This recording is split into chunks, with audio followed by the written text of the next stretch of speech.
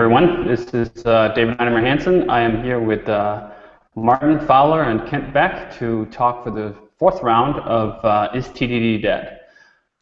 Today we're going to talk about the drawbacks, the cons, the pressures, the nudgings of TDD, basically the other half of the trade-off. We keep talking about how TDD and other testing techniques are all about trade-offs. So to talk about trade-offs, you really have to understand the drawbacks, because if there are no drawbacks, there are no trade-offs. And I think that that's perhaps one of the things that I've been most interested in with this whole debate, is to basically illuminate the fact that things are not free. Nothing is free. No technique is free, no approach is free, and TDD surely is not free either. And we have a number of these pressures and nudgings to talk about. And that's, I think, the paradigm to think about it with, that there's nothing, TDD doesn't force you to do anything. Nobody forces you to do anything. I feel like TDD nudges you in a certain direction, or it exerts a certain pressure to follow. It doesn't mean that it dictates that path. It doesn't mean you have to follow that path. That's just what I've observed watching people do TDD and watching myself do TDD at times. And I think the first thing that I spot, that I noticed, relates to overtesting. One of the ideas that is sometimes espoused along with TDD is this notion that you shouldn't write a single line of production code before you have a failing test, which basically means that every single line of code you write, you should have the test first. Right? And at least for me, at first, that sounded very reasonable. The effects that I saw from that were a lot less reasonable. I saw that sort of come out as a lot of overtesting, as a lot of focus on almost a ratio chase, where having 4 lines of test code for every line of production code was seen as a good thing.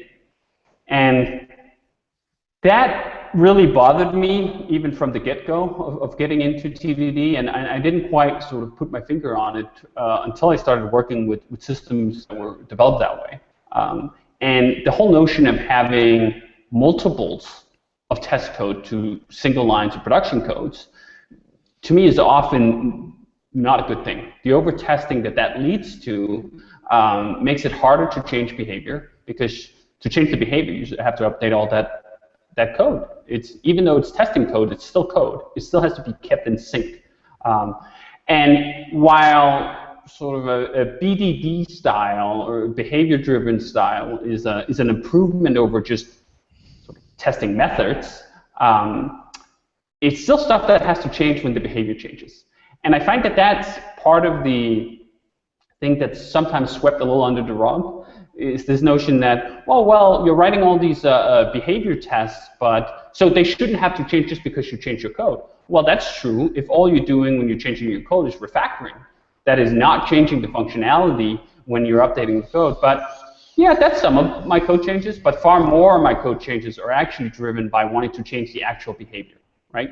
I want the system to do something else than what it's currently doing. Sometimes that's new behavior, but a lot of the times it's also changing existing behavior.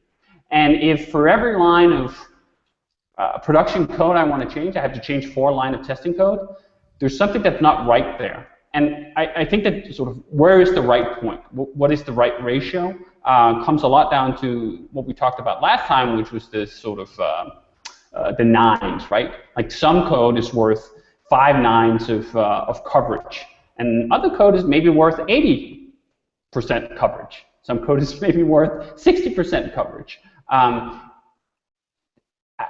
not hearing a lot of sort of support for that. I mean, a lot of support for every line of production code should have failing tests, which almost guarantees that you're going to write far more test code than you're going to write production code. One of the things that I've seen specifically in something like Rails is that we take declarative statements. For example, in active record in Rails, we have something called validations, where you can say, oh, this attribute, it must be present, otherwise it's a failure case. And I've seen people write maybe 5 lines of testing code to test that one declarative statement. And they write that first as a unit test, and then maybe it's also included upstream as a functional test, and maybe it's also included somewhere as a system test. And I just go like, wait a minute, this is not worth it.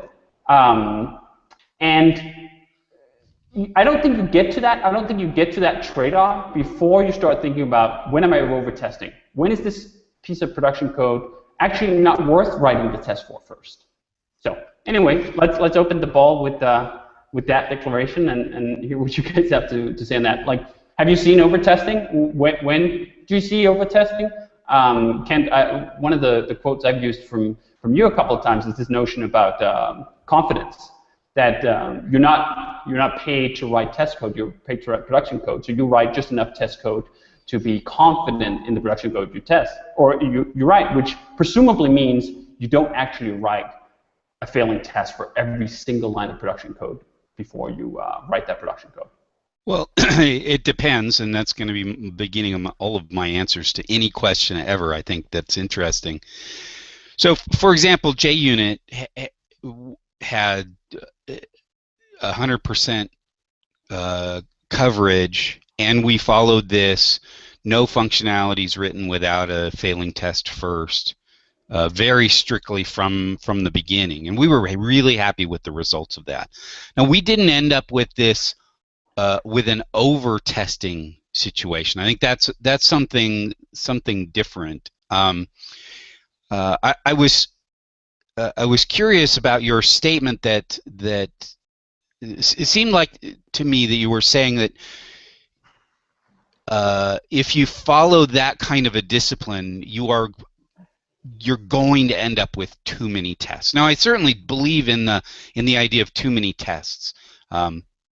My cousin Herb Derby came up with this metric of delta coverage. So if you look at your test suite and you measure what coverage each test adds uniquely that no other test provides, if you have a test suite and you have lots of tests with no delta coverage, that you could just delete the tests and not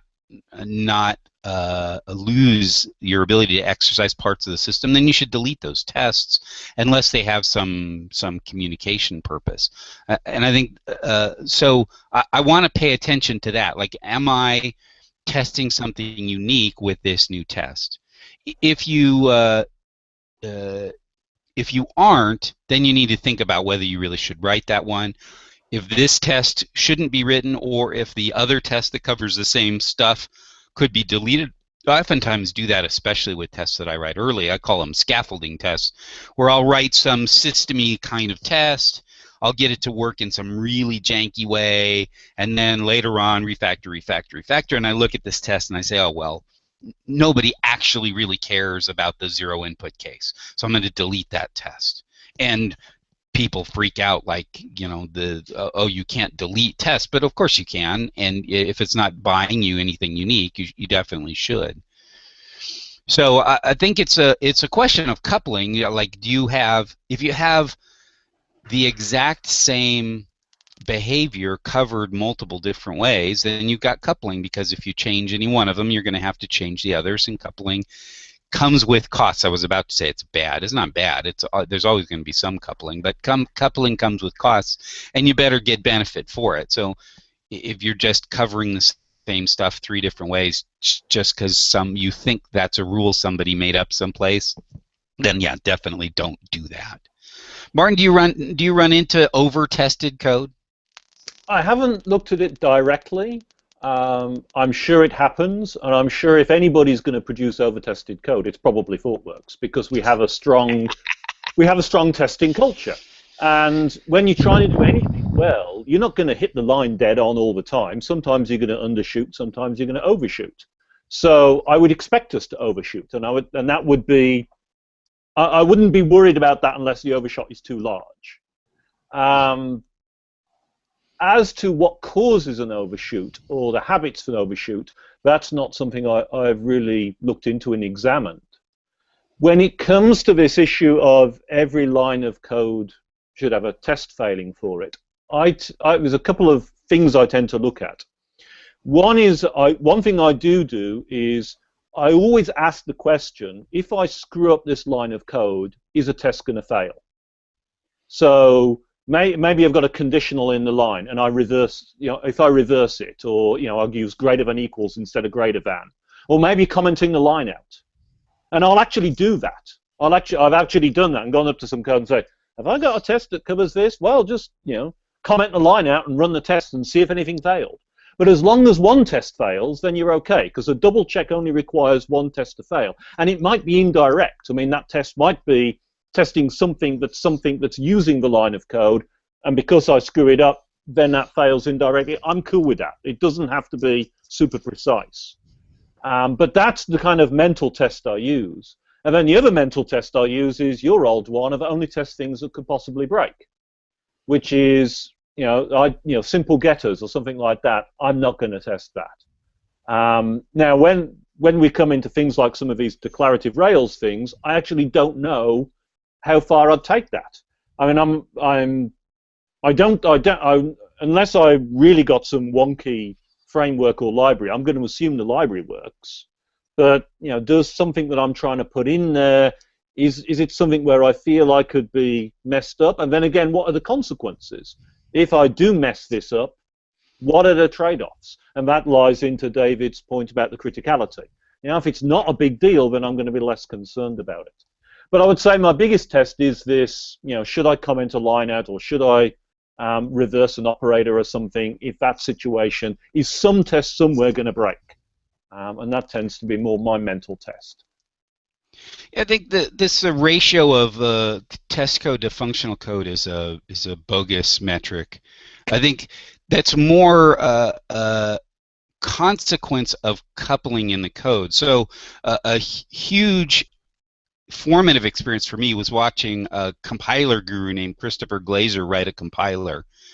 And I was already kind of bought into the tests, but he literally had 4 lines of test code for every line of compiler, and his code was absolutely rock solid. And that opened my eyes to just how much effort can profitably be spent on testing. Now, in a compiler, you've got tons of coupling. You can make this innocent-looking change over here in the middle pass, and then something breaks over here in the optimizations. That kind of stuff happens all the time. So if your system has lots of that kind of coupling, that ratio should go way up. If you have a system that's really simple, very low coupling, easy to test, the ratio should be much lower. But I like the idea that there's some target. Oh, well, 1-to-1 is good. Well, no, it all depends. So sometimes you need 10-to-1, and sometimes you need 1-to-10. So, David, you had kind of a list of questions. Yeah, well, first I just wanted to sort of chime in on the whole notion of, at least at first you guys were talking about, well, I have to be able to comment out any piece of code and see if it will test, which implies that 100% coverage, right?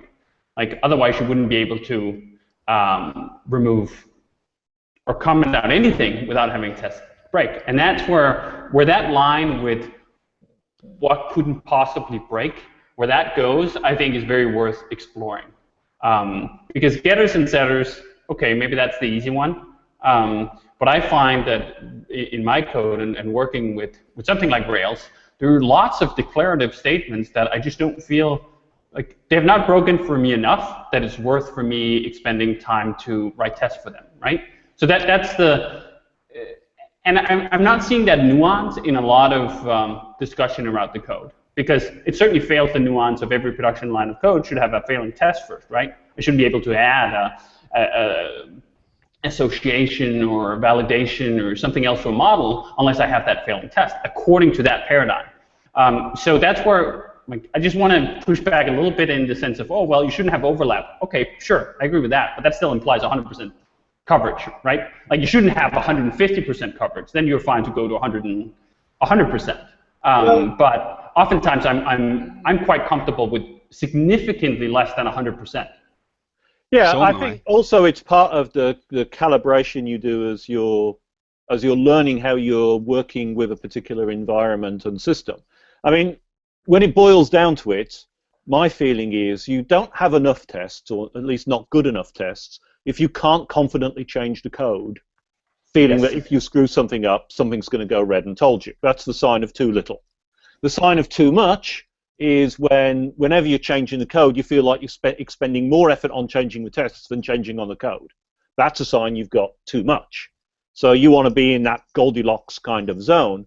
And the only real way you know whether you're in that Goldilocks zone comes from experience. You begin to learn, these are the things I tend to screw up, and they screw up in ways that I can't immediately catch, and therefore I need to put more attention onto these. And these things, I don't tend to make that mistake, or my team doesn't tend to make that mistake, so therefore I can be more relaxed about it. And you tune that as you're working in a given environment. I like the can I comment out a line of code thing as a, when I'm not sure about my ground, that's a good starting place to start. But as I would work more with a system, then I'd come up with better heuristics. Right, and I think that tuning things, that's the one I'd love to see more of and get more focus on. Because one of the other things I've seen in the debate is that there's a different tuning for a product team and a consulting team. Somebody who's going to hand over a code base to an unknown group of developers, I find have a tendency to be almost paranoid at times, right? Like, well, they don't know, these could be the crappiest developers in the world that take over this code base after me. I need to bolt everything down to 250% worth of testing, right? And then when you have the discussion with somebody who's been in that mode for some amount of time, and you come at it from a production team mode with the stable team, low rotation, good knowledge about the quality of the team, you come at it from a much different angle. Like I can come at it from an angle where I'm saying, well, most of the time, 60% coverage or 80% coverage buys me enough confidence in making changes and catching errors that that'll do. And then obviously, if you're having that debate with somebody who's handed over last 10 code bases they've worked on and seen the atrocities that then happen to them afterward, they'll go like, are you crazy? Are you nuts? And I think that at least just introducing that sort of nuance and pressure to it and rejecting these stables of every production line needs a failing test first kind of things, I think would be a vast improvement. I'd say that discipline of working strictly for test first is a valuable thing to be able to do, but it's not necessarily something that you want to do all the time. But once you're able to do it, you have a wider range of options for your workflow. It's kind of, that's the four-wheel drive low of programming. If I get into really sticky spots, I know that I can work in that style. There's other styles that optimize other aspects of development. But I think your point that hadn't entered the conversation yet, and I think is dead on, is this question about who's the audience and what are their needs. That's a part of the trade-offs that we hadn't explored yet, and that's absolutely my experience as well. Let's then jump on to the next thing, which is this notion of what is more important in the chain of authority. It used to be that sort of documentation, right? Like first you documented your whole system, and then you had this waterfall approach, and then the code sort of spilled out of that. And we rejected that as an industry, as a general purpose approach at least, right? And then, at least from some quarters, I'm starting to hear that tests is actually at the top of the authority chain. Like to understand a system, what you should just be able to do is read the test code first, and then whatever the code says is secondary. Sort of placing the tests as the top level of documentation for what the system should or shouldn't do. I find that to be just as spurious as an argument of documentation. I find going to the root and focusing on the code always being the top level of authority has been more helpful for me to understand systems. And I find that that's also the pressure that leads me to leave the code in a better state. And I'll pull in a third point here, and we can talk about both of them at the same time, which is we have the red-green refactor loop, right? Well, as I see it a lot of times, it's almost like it's red, it's green, and then it's parentheses refactor. that the dopamine release that comes from the flow is making the thing go from red to green. It's not the refactor step. The refactor step often, even though it's set together, sounds like, well, have fun, play video games, and eat your vegetables. Like, which part of like those things are you going to do more often and more of the time? And that's where I just seeing that those two things together, the notion that the tests are the top level of authority in explaining the system and dictating what is right. Like if the code does not fulfill whatever the tests are doing, the code is wrong. And then combined with the notion that the red-green flip is the important part of red-green refactor, or at least tends to, that's where the attention tends to gravitate, leaves a lot of times under refactoring, under focus on code clarity, under focus on a lot of these other principles of just having the cleanest possible code base, which is a little bit of a similar topic to what we talked about the test-induced damage, that when you place the test above the code in terms of the authority and the focus, you get a different pressure. You get a pressure that exerts energy towards the test code and less energy towards the production code. And I think sort of at least exploring sort of those pressures and seeing where they go, I've not seen enough of that happen. So I just went through the experience of throwing away an implementation, keeping the tests, and re-implementing from scratch, and for a data structure that I was working on. And I really like that that position of knowing, okay, if I have these tests working, then I'm going to be confident that the code is working. I'm going to answer with a question: under what conditions would you rather throw away the tests and just have the code, and under what conditions would you rather throw away the code and just have the tests? And I think that's like there are different places where each of those things I would be happier to lose one half of the system, and I think that's going to be different for everybody. So that's maybe a leave this as an exercise for the listeners to think about what are the conditions that would change your answer in that kind of situation.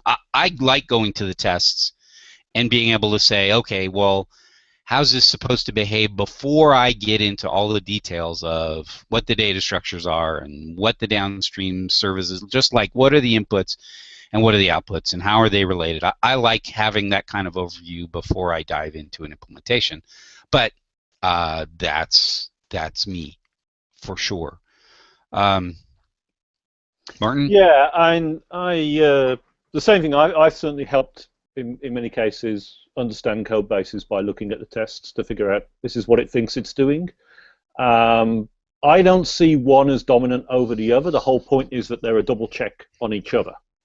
So an issue is that you have a problem when something goes red because they're mismatched. The basic fundamental thing is it's a double check mechanism.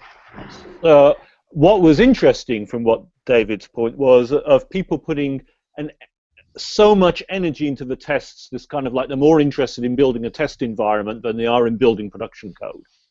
And yeah, I've sensed that at times with conversations with people, and that would definitely be a bad move in my view, because in the end, it's what the tests are a means to an end of getting valuable stuff out for the user. And putting a lot of energy on that would be another way in which you screw that up. As for the red-green refactor thing, that's a progression of skill. That's the way I look at it. Early on, when people are less skillful, they underdo the refactoring. That seems to be a very common thing. And of course, some people will get stuck in that position. As you get more skillful at the cycle, you get to put more and more attention on the refactoring. Because let's face it, being able to freely refactor and to be able to make a nice system is what is the great benefit of having tests in the first place. I mean, if we weren't doing it, then the test would become a lot less interesting to us. And I just must be weird, I guess, because I get my dopamine shots by when I look at the code and it ends up being easier to understand. And my biggest dopamine shot, by the way, comes when I have something that I think, oh, this is going to be a bit of work. I haven't seen this code in a while. I can't remember how to do it. And I go in and it's just very, very straightforward. That's the dopamine shot that really gets you high. But unfortunately, that's several steps. What leads to that is the fact that you paid attention to the code being really clear and well factored. And there's a big difference between the cleaning up and the getting the really big shot. And my friend Jeff Eastman had a physical metaphor for this. He talked about you've got some design and it kind of just doesn't quite go together, and you wiggle this and you wiggle that, and then at some point you make one more small change and it goes foof. And then you look at that thing and you realize, oh, this let me wiggle, and then it goes foof again. And the great days as a designer, the days when you just have this cascade of this is simpler. No. It's even simpler than that. It's even simpler than that. And I get a huge rush out of those days. It might happen once every 6 months that there's just this cascade of, oh, God, and yes, and now this too, and that, and I'm just laughing my head off. And so I think it is an acquired taste. And that can certainly be overdone. That can become addictive, and you can think, well, I don't like this position where my code's kind of stinky, so I'm just going to clean up everything as soon as there's any kind of mess and stop making forward progress at all. I think there's actually a lot of value in increasing the ambiguity in a code base. If you don't know how to clean up a mess, sometimes making more mess is your quickest path to resolution. On the other hand, it's really easy to explain to somebody else the value of, okay, I have another test running, and it's hard to explain the value to somebody else. Okay, yeah, the same tests all still run, but I've done a bunch more work. And well, I mean, there's good reasons to do it. May create more options for you moving forward. It's easier to grow the team, or you have fewer locations for defects. But that's just a harder sell to say, okay, I made progress on the design. And I think that one of the reasons it is a harder sell, and one of the other sort of pressures or troubles I see at times with TDD is that it can't be reduced to a number. There's a lot of testing measurements that can be reduced to a number. Speed can be reduced to a number. You can get X number of milliseconds per test. Coverage can be reduced to a number. Ratio can be reduced to a number. And I think as humans, it's so ever tempting to focus on the things that you can quantify. And quantifying the quality of a design, it's really hard. It's subjective. It's all of these nasty things that scientists, the computer scientists in us, perhaps are less inclined to focus on, because we do have these other things that are measurable. And that's, I see that that's sometimes where things too go astray, is focusing on these things that are measurable but are actually not, I'm not going to say not important, because they are important. They're just they're not even secondary. On the list of things that I care about when I'm developing a system, test speed, coverage, and ratio are quite far down the list. Inherent design and clarity of the system quite high, even higher than that, developing a system that's actually valuable to a user, even higher than that. And I worry sometimes that it's a honey trap, that the speed, coverage, ratio, quantifiable state of things, it's so alluring that people get sucked into that and they never come out on the other side. Yeah, of course, it doesn't always happen. This is why we talked about pressures and nudgings and not about ultimate declarations. But at least being aware that these things are siren calls, that it is possible to get sucked into this, makes you more aware that, oh, hey, wait a minute, what are we doing here? Why are we doing this? Maybe this is not the most important things we could chase. And I think the companion to that is this over-focus on the whole testing infrastructure. What really gets my goat is stuff like Cucumber and to a lesser extent stuff like RSpec, which I think is just this glorification of the testing environment to the detriment of the code itself and the focus where that should be. I mean, this is especially around Cucumber. I really have reserved a special place in hell for anybody who forces other people to use Cucumber, except outside of this very narrow, I think largely imaginary sweet spot where you're writing tests in companion with non-technical stakeholders, which I basically think we have a greater chance of catching unicorns than seeing much in the wild. And all of these things, I think, are symptoms of the same thing, that TDD is a very addictive practice that can suck us into all these things. It doesn't have to. It also can have wonderful good aspects of it. It can have the glory and the good side, and I think that side has been explored over the past decade in immense detail. The dark side of things, the honey traps and the siren calls, they have hardly even been spoken about. And I think that that's part of the unfortunate nature of when you're trying to sell something up front. The same thing with Rails. When you're trying to sell something new that's breaking existing paradigms and trains of thought, you sell things from a very positive angle, right? Like most salesmen do, and we're all salesmen when we're advocating ideas. We position things in the best possible light. Then the switchover that's then supposed to happen is once the sale is made, which for TDD it certainly has been, like that sale, I've seen as a general accepted principle, TDD is up there. Like it's not the same battle it was a decade ago. Then you have to switch over and say, okay, we won at least a very large percentage of the battles. Now we have to explore, and we have to be willing to reveal sort of the darker side, siren calls, and all these other negative aspects. Isn't this a lovely conversation to be having, that we're too certain of the behaviors of our systems?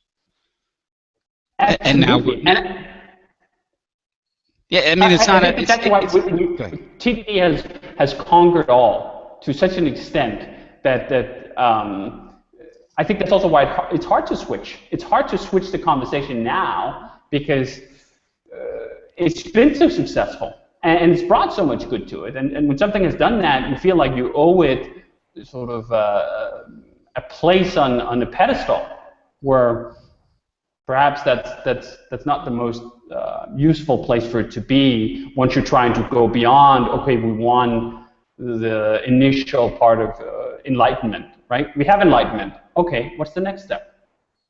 You can't fight yesterdecade's battle, right? Like it's not the same battle anymore, at least in the Travel's Eye Circle. And I understand TDD is not sold everywhere, and there are plenty of people who still have to deal with those initial battles that are very much in the vein of how things were 10 years ago. Okay, fine, use the same tactics. I'm in the sort of a different era where, as I said, there was a whole generation of programmers who've grown up with this battle was won already, right? So it's a different battlefield now, and we have to deal with it in a different way. I'm not sure the battle is run already. I mean, I certainly still hear of plenty of places where we're struggling to get people to do, not necessarily just TDD, but the kind of testing that that you're completely happy with. I mean, Rails was designed from the beginning with testing being a part of the thing. I mean, it's right there. It is a framework designed to be testable. Even taking out the TDD side of the question, that focus on testability is still not the common case, if from what I gather from the people I talk to. I mean, the thing is, we're in a fortunate world where we see a lot more of the testing than not. And we have to bear that kind of thing in mind as well. I mean, I agree with you that, yes, you have to get a better nuanced sense of the trade-offs and things, and that's one thing that we hope to do. But don't necessarily think that it's all where you see it that is the case everywhere, because there's still a lot of places where it isn't. And we are running out of time, and I'm supposed to be time cop, aren't I? So, on that note, the next episode we're actually going to have some Q&A. We're going to enable the infamous Q&A app and respond to some questions. We will enable it in before time, so you can place questions before the next session and vote on them, and the most popular questions will be the ones that we'll take more seriously as which ones to answer. although in the end it will be our choice based on what we think is interesting. And we've also agreed that the next one's going to be next Wednesday. So you'll see the announcements. Will come through our Twitter stream. They'll be on the page that I've put up for this conversation. And we'll have all the details there.